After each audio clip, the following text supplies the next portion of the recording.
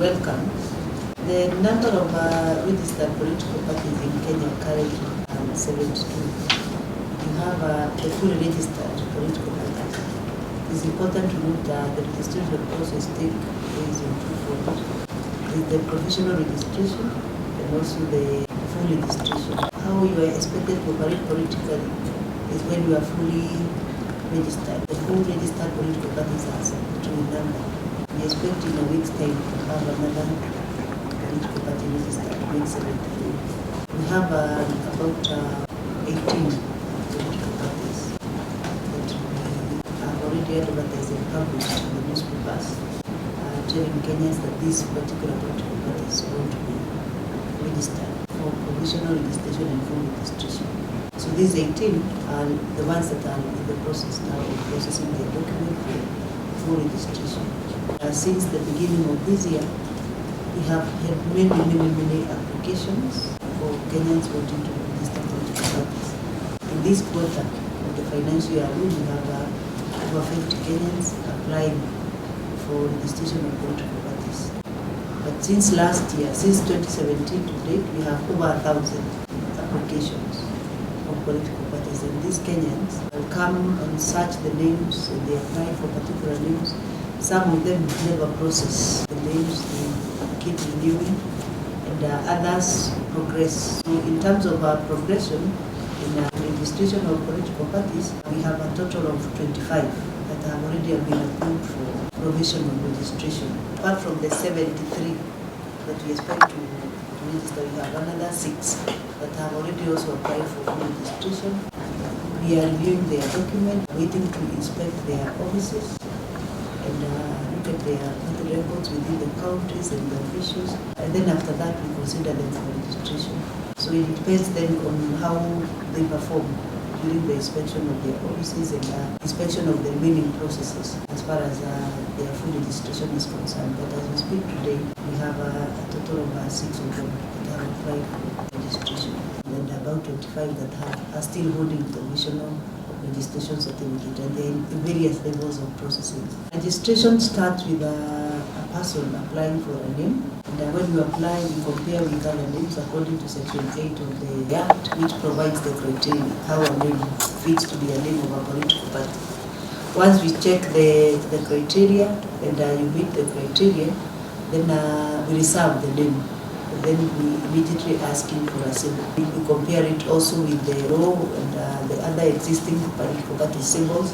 And then if it fits the bill, then we also preserve the name so that we start the process of registration of a political party. From there, we invite you to bring your constitution and founder members and the minutes that forms the interest of forming a political party. And then the founder members and the minutes plus the constitution, then we start evaluating what is it that you have done, and we must be satisfied the constitution meets the schedule provided in the Act. The Act has a schedule how a constitution of a political party should look like. Then if you meet the requirement, I request you to apply officially for provisional registration. And then from there we start the process of registration of a political party. We continue with the vetting process. We also take the due diligence to see whether you have also met the Chapter 6. Then we proceed from there.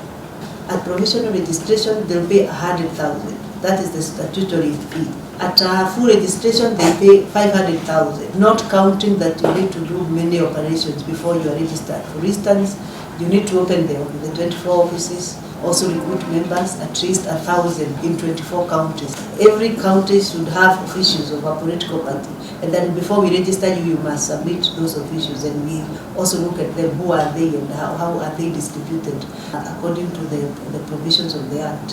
Whether they meet the gender parity, they meet the regional balance, and whether they are youth, they are older people, persons with disability, all category, diversity part of it, you must confirm. So in the process, you realize since 2017 to date, after the merger, we remained with about 67 political parties. We have only registered how many, if you count 72? About six political parties. We are saying over 1,000 people have been applying.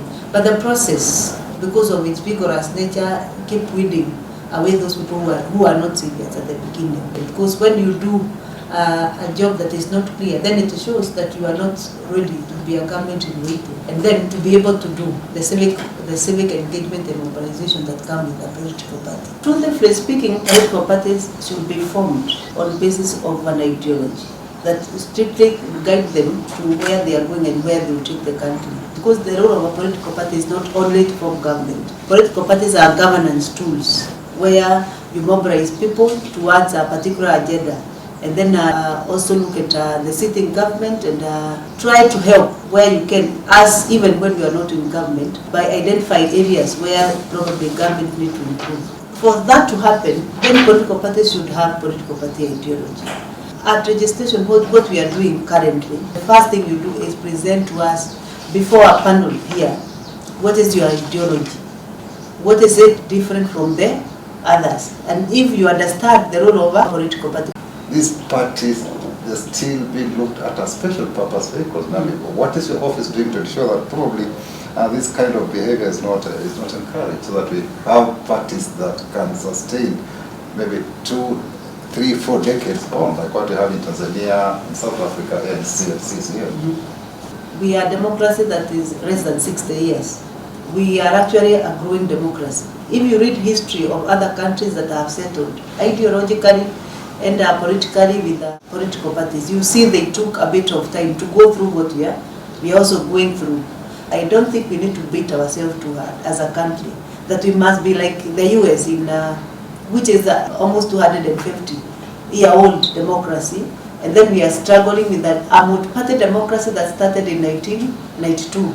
We register a political party on a basis that it's a national party. Members from 24 countries, you are looking at officials, we look at diversity, we look at women, we look at youth, we look at everybody being in the governing bodies of that particular political party. So the law mean well, but the practice is what we need to check, so that we tell each other, because societies are dynamic. And I think we must appreciate from 2013 coming this way, we have appreciated the spirit of coalitions, which is a bigger thing. And we have seen parties now that have survived since 2005 coming this way. I think we are thinking of, why don't these parties come together, form coalition government? That is more inclusive and looking at a country now from a larger perspective. But now you see other people now taking the direction of coalition. Instead of now forming merger, then let's come together, form coalition. That will now include the whole country. It's a good way of political mobilization towards development. Personally, I believe in diversity and inclusivity towards development.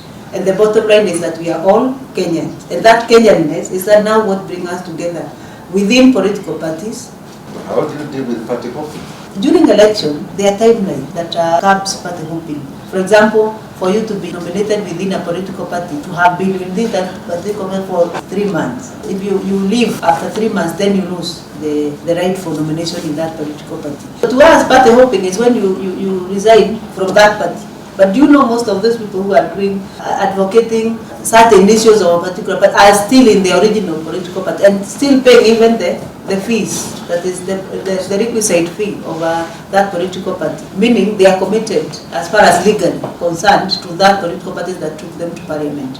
Because the minute you move out, of course you are going to lose your seat if you move officially out. And moving out is when you come here, we remove you from the register of the political parties that took you to parliament. And then automatically you are going to lose your seat with the issue of independent candidate. Last election we saw hopping from parties to independent candidate. It was a different scenario altogether. And I think that is an area that probably we need to curb with the electoral roll reforms. And I still believe as registrar of political parties that politics are still better organized through political parties rather than being independent candidates. The value to which Kenyans attach to political parties would be very significant in moving forward the agenda of this country in political mobilization, and then which result then to political leadership and development. My plea is that Kenyans should continue supporting political parties and engaging in political parties rather than thinking of independence.